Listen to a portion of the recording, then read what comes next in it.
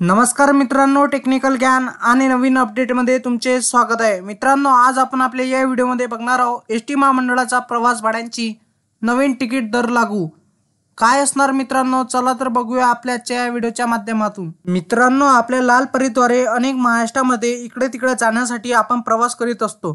तसेच महाराष्ट्र बाहेर तालुका महाराष्ट्रामध्ये येण्या जाण्यासाठी आपण एसटी महामंडळाचा वापर करतो।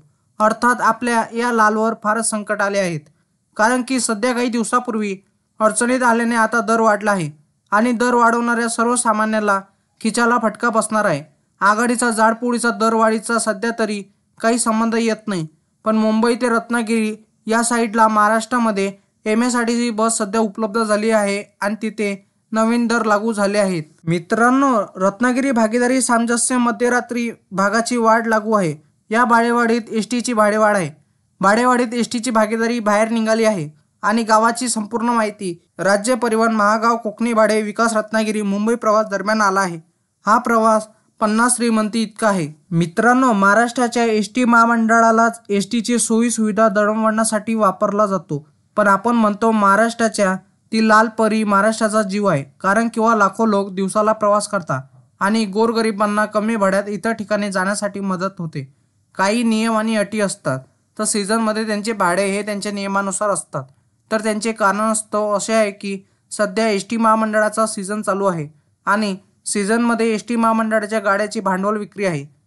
मित्रांनो, एसटी महामंडळाच्या बाबतीमध्ये आज आपण पाहणार आहोत काय आहे ते बघूया। मित्रांनो, एसटी बसचे नवीन दर जाहीर। आजपासून नवीन दर काय असतील जाणून घ्या।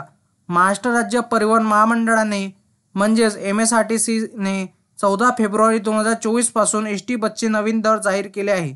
नवीन दरानुसार प्रवाशांना आता 20 किलोमीटर पर्यंत प्रवासासाठी 10 रुपये तर 30 किलोमीटर प्रवासासाठी 15 रुपये भरावे लागतील।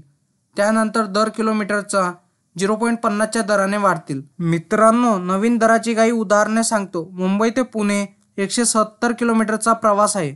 पूर्वी त्याला 235 रुपये लागायचे, तर आता 285 रुपये लागणार आहे। मुंबई ते नाशिक 185 किलोमीटर आहे।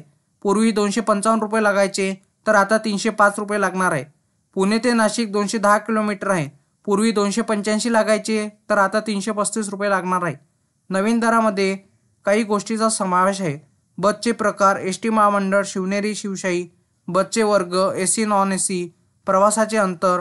एसटी महामंडळाने नवीन दर याप्रमाणे जाहीर केले आहेत। मित्रांनो, नवीन दरावर प्रवाशांची प्रतिक्रिया काय आहे? अनेक प्रवाशांनी नवीन दरावर नाराजी व्यक्त केली आहे।